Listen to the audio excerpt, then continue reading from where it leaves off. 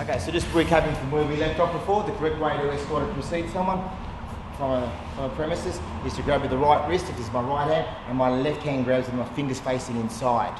Okay? And then as I walk out, I would step behind, so I always want my subject to be in front of me, and I apply pressure to the joints. Okay? So now there's two things that can happen from there. If he starts to get a little bit more aggressive, well then we need to go to a different set of moves. Now remember we talked about dimensional stages of action. So when we're over here, we're in contact manipulation. So I really need to be careful because I don't know what state he's in. He can kick me, he can do all kinds of things. So if we start to escort him out and he starts to retaliate, there's two ways that he can retaliate. One, by keeping his hand down, and two, by lifting his hand up to try to strike me. So we're going to counter both of those. Okay? So again, the first initial stage is always to go for the more passive approach. As he keeps his hand down, and from here we slip that hand in, we bend, we grab, and then this hand comes on top, and we apply pressure. And you can see how it cancels his height zones. Okay? So it actually gets him up on his toes. So once I've broken his center line like that, I can now let go of this hand, and I can control him even further if I need to, or I can move everyone else out of the way. Now the other way is if he lifts his hand up to try to strike me. So again, we start off here. You'll see how Lauren comes in from an angle, I come in from an angle. We never want to confront the subject on a 12, 6 o'clock line. We always want to come from a 45-degree angle. So it's like, oh, sorry, you need to leave. Now as he goes to lift his hand up to strike, well then the same thing. What we do is from here is I let that hand come up and I do this. So now we've got him here. So it's just a reverse gooseneck. So again. Come in, he lifts his hand up, that's fine, I just go in here, and now I've got him there. And again, so now I can actually let go. So once I've got him in this hold, I don't actually even need my partner, the second person. She can clear the way for me, and I've got full control over here. If I need to control even more, I can always just go around. Now you never want to go around the front of the neck, you always go from behind so you can control. And it's a pretty known fact that wherever the head goes, the body will follow. So they're the correct way to evict someone. Now, if you find that your opponent is a lot more aggressive, well then what we do is we go to the third stage then. Now the third stage is what's called a shoulder roll. So as we come in here, this hand will come over the top. This hand goes and grabs our wrist, and you roll the shoulder over. So see now how now if he's a lot aggressive, because some subjects may be induced with alcohol or drugs, so you need to kind of take it to another level, and this is a nice controlled way of doing it, and you can escort him out. Okay. We'll break that one down. We'll do it just with one person, and then we'll get the two people coming in. Now this is a great one because it also works if if someone's sitting down and they won't leave, even if they're playing pool and they're holding a cue, you can still sneak that hand in, so it works really well. So it's just over here. So always you want to start to keep your hands always protecting your body. Okay? So think of it as a shell. So it's always, my hands are always here as I'm talking, because what it does is it takes the focus off him trying to hurt me because he's looking at my hands. So as this comes in here, now it goes in. Now, as I check, it's always palm up. Palm up and palm up. You'll see how I've got this there and this there. That all of a sudden then it cancels his height, width and depth, which allows me then to anchor this down. This hand rolls over and grabs. Now, as I continue to roll, I'll check the back of his leg as I get him into a position where I want to. And see he tapped, that means it hurts. Yeah? So that's the way I can then escort him out. And if I need to, from here, I can actually take him down. To do that with two people, as one signals the other, as Miss Campbell comes in, we'll go in here into that now. One comes up, down, and grab. And then we can escort them out. Okay? He's got his pretend beer, as you can see. Always, when you see someone that's aggressive, it is always good to notify another staff member or fellow security guard. But the same thing, I'd be over here, I'd be talking. Always be careful of your groin, be careful of your vital targets. So I would always be talking on an angle.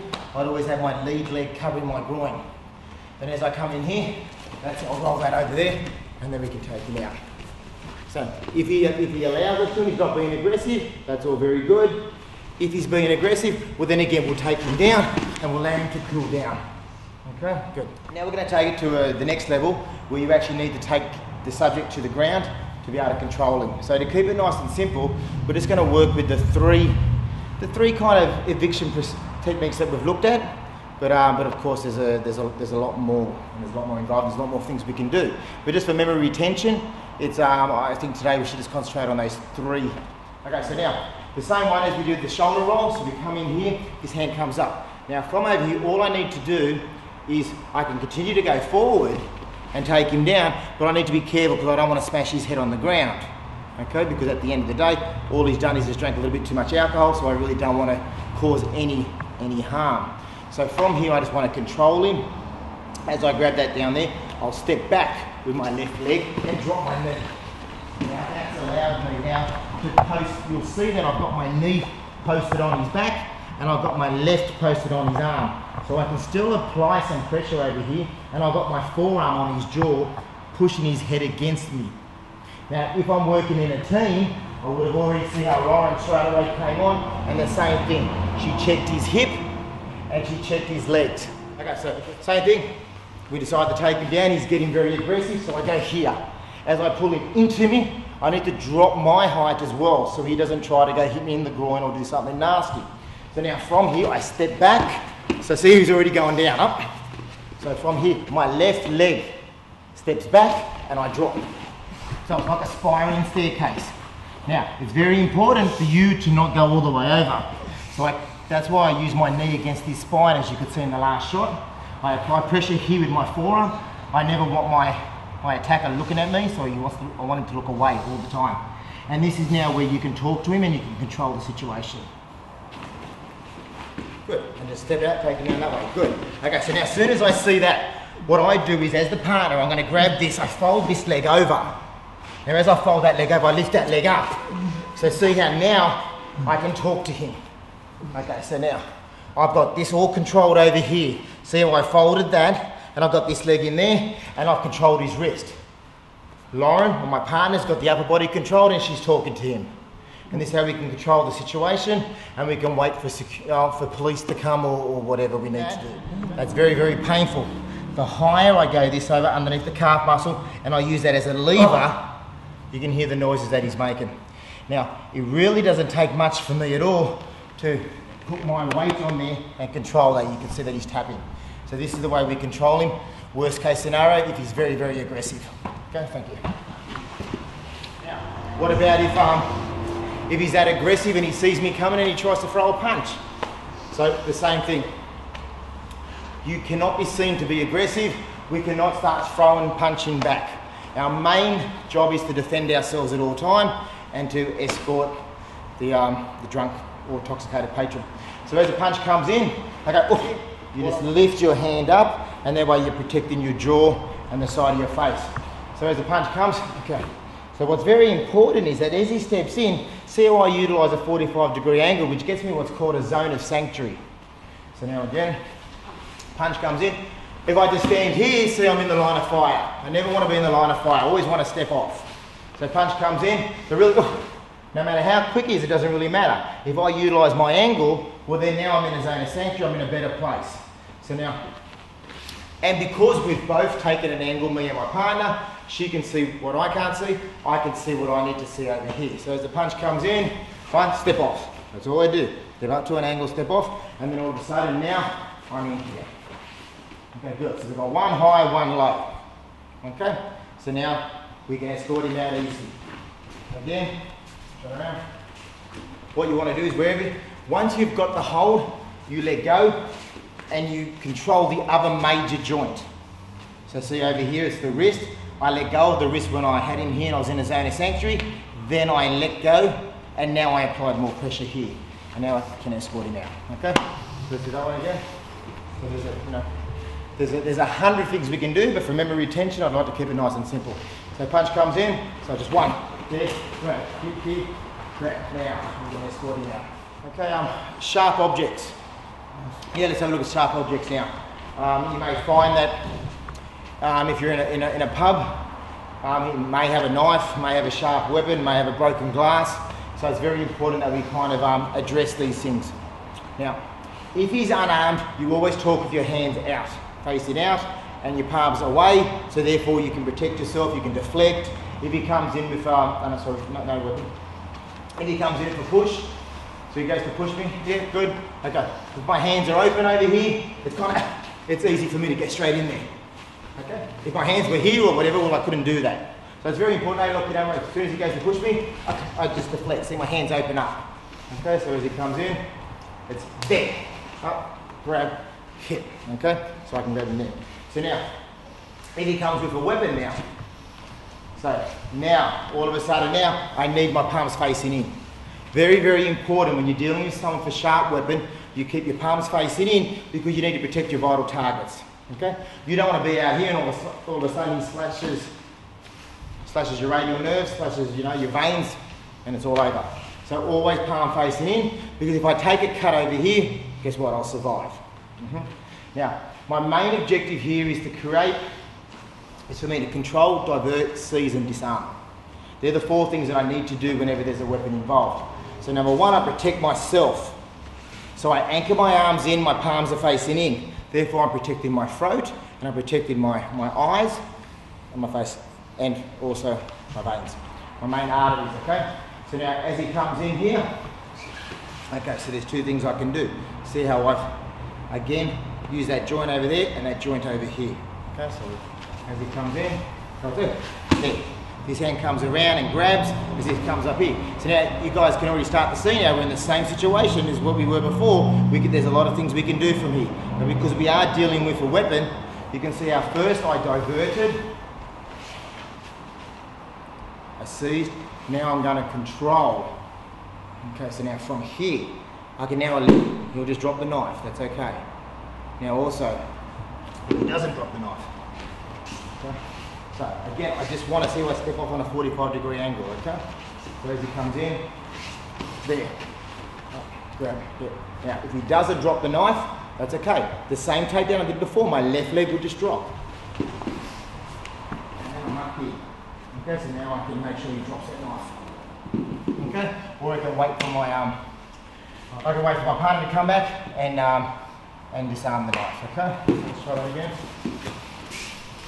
So if he comes in here, that's what we want to do. So we always want to deflect, okay? Because often, if I just apply a bit of pressure here and use the principle of opposing forces, that'll drop the knife anyway. Okay, so you see his hand started to shake there, and he dropped the knife. Okay, next time you drop it when I do it softly, yeah? Yes, sir. Okay. So, there's other ways now. If we look at more of a, yeah, okay, great. So we look at an overhead. So now if he comes with an overhead, the same kind of thing. We did this from a punch, so now I'm going to do the same from a weapon. Because you remember that's protecting all myself. So as he comes in, but I'm going to extend it a little bit more. Because what I want to do is I don't want to keep him close to me, and as I create an angle of deflection, you'll see how the knife goes straight through. Because whenever you're dealing with a weapon, you need to watch out for angle of versatility.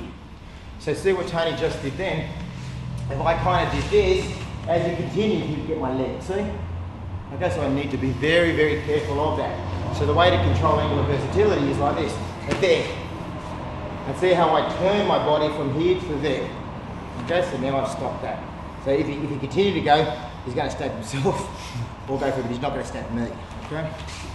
So if we look at that, we go 1, 2, grab, hit. Now I can see that knife, which is good. As long as I can see, I know exactly where it is. And what I'll do is I'll do a back to front switch and take him down this way. Nice and controlled. Okay? So again, if I wanted to let go of that knife, I just do this. Okay? Nice and simple. Now from here, as I talked to him, I do need to watch that other hand. So if I had a partner, she would already have taken that leg, taken that arm. If not, all I do is I just apply more pressure there, and I don't have to worry about that arm anymore. Okay, so. Yeah. Another way of looking at it is someone comes at you for slash, or someone comes at you and they just try to stab you down low. Okay, so we'll do that one first. Okay? So now from over here, I may not have enough time to step off because he's just pulled that knife and come straight away. So what I'll do is, because my hands are like this already, I just drop them straight down. But now the trick to do that is you need to cancel his height as he comes in. So as I do that, so what I do is I kick. Now, what I'm aiming to do is I want to kick the groin or the inside of the leg, okay? Preferably I would kick the groin, but however, for the purpose of this this training, we will kick the inside leg. There's a radial nerve just beside the groin. So as it comes in there, I kick. Now as I land, it's important, it's important that as I land, that this arm flaps on that. So therefore I control it, because remember again, I need to control angular versatility with that knife. Once I know where that knife is, now it's quite easy. Both my thumbs go down here, and now all of a sudden there, I can kind of take it down. Okay? And again, all of a sudden now, we're in the same situation we were before. If I had a partner, quite easy to wrap those legs up, but as long as I can control that, I can now talk to him, okay? Again. Yeah, we'll do it from this angle here, okay? So as he comes in, I step off, kick, down, grab it, take it all the way down. And that's when you talk to him.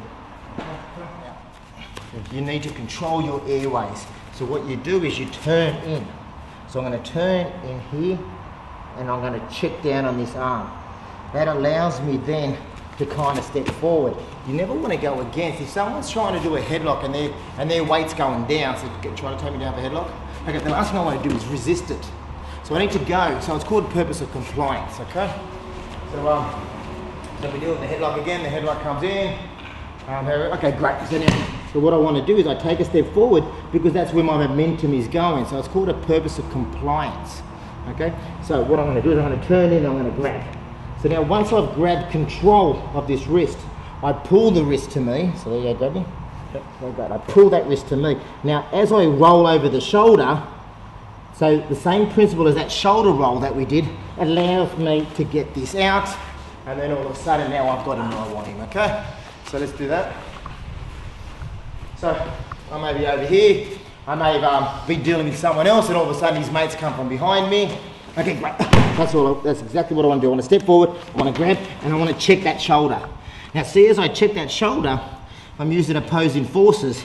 So again, I'm going where my weight is going, and as I step, I roll. And then as I roll, I'm able to slip right into this. Okay? And we've got that. We've got all these ones. There's a lot I can do because I've got behind him. Okay? So that's one way from a headlock. So grab me again. Okay, so grab. Okay, good. Now, see, if he's got such a big hold and you can't do that, and you can't roll out of that, well, what you can do then is you need to drop your height. So see, am I dropping my height to slip my head out? Okay? So again, so as he grabs me. So see, now I'm behind him. So it's all pretty good, yeah? So now I've got him exactly where I want him. So it's because of the principle of purpose of compliance. Purpose of defiance would mean that I was fighting against him. So I never want to fight an attacker with me that's already, from a height perspective, is a lot taller than me, because they've got me in a headlock. See, so they've got me there. So I'm a lot taller than Tony now. So if Tony starts to fight with me, he's just going to bring it on a lot more. Yeah. So what he wants to do is, he wants to stay low. So we'll go down there below. So do it to me again. So as the headlock comes in, okay, got it. It's very easy, you know. If you're dealing with a long-range weapon, again, there's a series of moves that we can do to compensate against that. But one that's kind of nice and simple, and that hopefully you can just take away from these this demonstration, would be if the kick comes in. Well, number one, you should always be standing in what we call a neutral bow. You'll see how I never talk to anyone like this, because all my vital targets are exposed. What I do, you know, I'm always happy, I'm always smiling, but I'm stepped back in what we call a neutral bow, so my vital targets now aren't exposed. So therefore, he doesn't have a direct line to my groin. So now all I need to do is watch out for my midsection. Okay?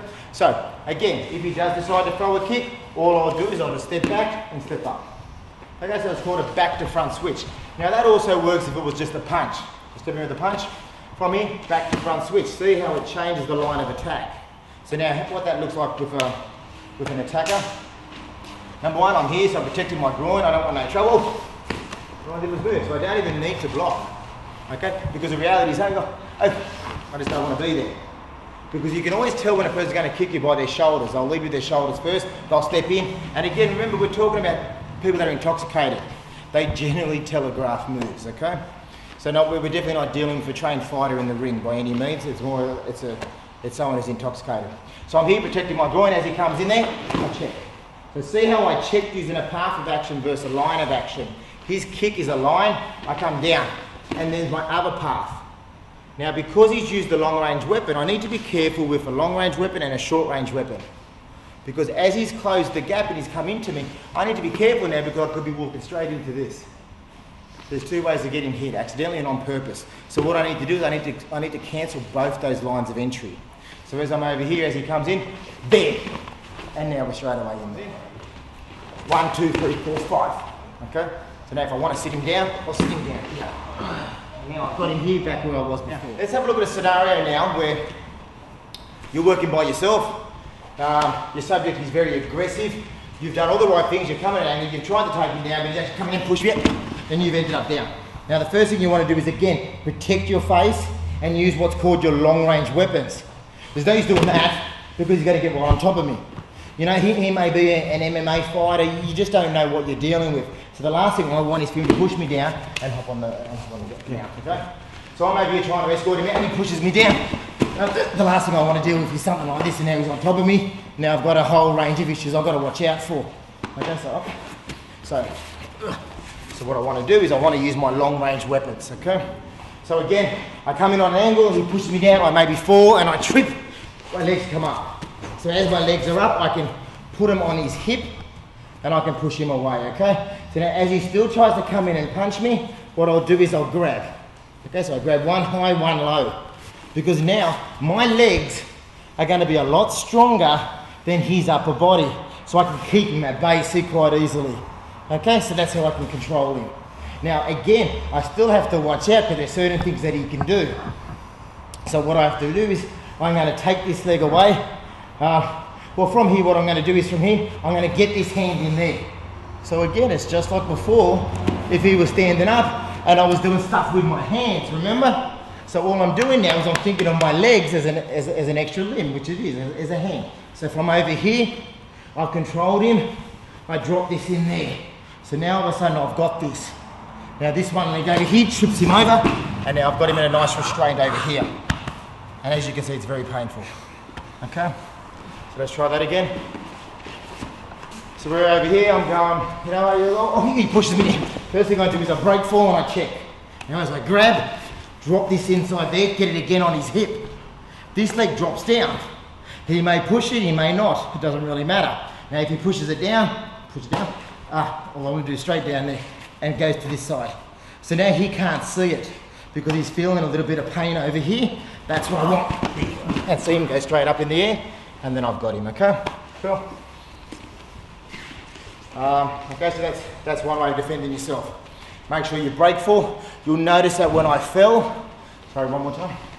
You'll notice that when I fell, there, neck is off the ground. You don't want to do that. It's a break fall, and I shoot that leg straight out. If I get him in the groin, I get him in the groin. He's coming to me, that's okay. I need to get my posture. Now from here I can defend myself, and that's when I get myself in a position. Again, inside, grab, roll over, and that's what I want there. Now from over here, you can see how painful that is. Okay? Great. We're going to work around, we just turn. Oh, that's right, that's right. Not much. Yeah, Tony just mentioned a good point. Even if... Once you push down, you come in. There's lots of kick. So you remember, I can keep moving around over here. As long as I use my long range weapons, I can kind of keep him at bay.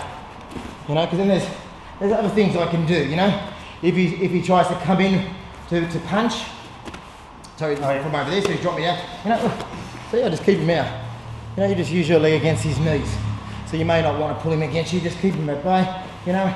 Then there's other things you can do. Okay? So, there's numerous things you can do, but you must always protect yourself first. So that's why we've got long range weapons. That's cool, so I've done that. I've got him out of the way, I've pushed him out of the way, but see, I may use my long range weapons. As long as I've got these bent in, I'm going to kick you back, so he's going to go back just to create a bit of distance. So now I can get up. So now, if he continues to come to me, I've got another thing I need to deal with now, because I'm on my knee. I'm still not here, where I can control and I can do the stuff that we did before. Okay, so now let's have a look at that scenario. So he pushes me down, Right, quick fall, I push him away. Then as I get up, he decides to grab me again. So what I'm going to do is that. So see how I went underneath, we'll do it from this angle here. Is that, Miss Campbell, what you're suggesting here? Okay. So I'm down here, create a bit of gap so I can start to get up. Now as I get up, he's over there. So what I need to do is, this leg comes in and I drop. So see how my hands come up and I grab. Now, there's a couple of ways of doing it. You can do a takedown where you use your shoulder and you lift them up, or you can just do what's a little trip. So now I've got his legs, my head's down over here, and I can go to the side, and now I can control him. Get him back on his side so we can breathe. It's very, very important. And grab his wrist. So now I've got control of him. Okay? Now, from over here, again, there's another series of things I can do. If I'm by myself, I need to control this part of his body. So I'll just do something like that. So now all of a sudden I've got this controlled. I've got his hand over here, and I've got everything controlled. Okay, so? Oh, is it? Okay, good. Okay, so, you know, you can go as aggressive as you want, but we don't want to go aggressive. We just want just enough force. So again, from this angle here, I end up over here. However I ended up here, doesn't really matter. I come in, trip. Keep both his legs as I work my way to the side. Check everything. I want it from here. I want to grab this wrist. So now I can talk to him. From here, grab. So now that's what I want. You know, there's a technique that we do, which is called the crucifix, but it's a little bit more aggressive. So just grab his wrist over here and over there. At least now you can talk to him. He can breathe, and you can call for help. You know, there's a couple of different ways to look at a haymaker. Okay, so there's different ways that people are going to attack you. If they're drunk, they're generally going to telegraph it. So as a punch comes in, okay, great. That's generally what they want to do. They want to show, and it's normally a round punch like that. Where more of a trained, educated fighter would do straight punches. See? Okay. So we're dealing with the they're called the village idiot. So they're going to throw this roundhouse punch. Oh, so that's what we're dealing with. So they really, really want to take my head off, and they think all they need is one shot to do it. So what we're going to do is, as that comes in, I need to step in. So see me stepping in automatically gets me out of the line of attack. The fallacy is that you should always step back. Now, that doesn't make sense to me, because as she comes in, I step back, she's just coming in for another one. Okay? And because she's one of my black belts, I'm pretty sure she'd have a lot more coming than that, and she'd probably kick me 5 times in the groin before I step back. So I don't want to take any precautions. So I always need to step in, because what I want to do is I want to become the center of the storm. There's 2 zones of sanctuary. One of them is the center of the storm. The other one is, if you look back down here on the mat, if you picture a circle around this cube, okay, so a circle, where it doesn't touch the edges is another zone of sanctuary. So if Lauren comes in with that same punch, I'm over here. See how I didn't step back, I stepped on an angle. That's a zone of sanctuary. But for this particular technique, what I want to do is I want to step in, which becomes the center of the storm. So it's another zone of sanctuary. So she comes in, and what I do is I check the knee as I check the arm. So now from over here, there's all these things I can do. So now I'm back where I started. Nice and simple. Now the thing is to remember is that it doesn't matter. I feel a lot more comfortable from a contact penetration and a contact manipulation than I do over here. Over here I don't know what she's going to do, so I need to actually be more careful. And I have to watch body language, and I have to kind of read certain signs. Once she commits to do something, it's okay. I know what to do, because I want to become the center of the storm. So where she comes in with a punch again, 1. So what I do is a hammer fist to the bicep, and I strike to the radial nerve. There's a lot of things I can do from here. I can do what's called a petrol pump and take her down, and now I'm back where I started. Okay, so again, the main focus of today was to concentrate on wrist manipulation and how to escort someone out, and doing it under different circumstances. Okay? Again, if she throws something like that and I'm not quick enough to step in, what I'll do is I'll protect myself. Always protect yourself. You form a shell around your computer. As she comes in there, boom. Okay, you'll see now how this checked over there, and this elbow went up over there, and now allowed me to grab her. Okay? Now, if I didn't like her, I would kick her there and then kick her there. But because I do like her, I'm not going to, okay? Okay, so now we're dealing with a little bit more educated fighter. So, as the punch comes in, I need to always parry, yeah? So what I do is I always want to protect my computer, so I protect myself. I never want to use my lead hand, which is human nature. It's what you want to do. So if I'm standing like this, human nature is, she throws a punch, I want to use this hand here. But that's the wrong thing to do. Because what I want to do is I want to try to, so at the moment I don't know what she knows, I don't know what's going to come after this punch.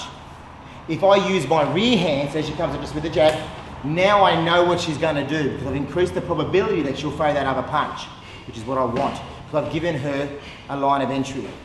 Okay, so as it comes in, 1, 2, now all of a sudden we're here. Oh, sorry. Nice and easy, okay? So we can, good, beautiful. We'll go slow. And if you need to take it down, take the, whatever. Good, see she's got that weapon there. You need to modify, good, great. Now see she's behind him. She's taken the weapon out, and now there's so many things she can do, good. Now, another thing, that was great. Now, so you'll see how she, again, used all the things we spoke about today. She created a 45-degree angle. So she comes in here. She kind of stepped behind him, grabbed. She took this out, and now there's nothing stopping you now using that to take him down. So now from here I can talk to him. Okay?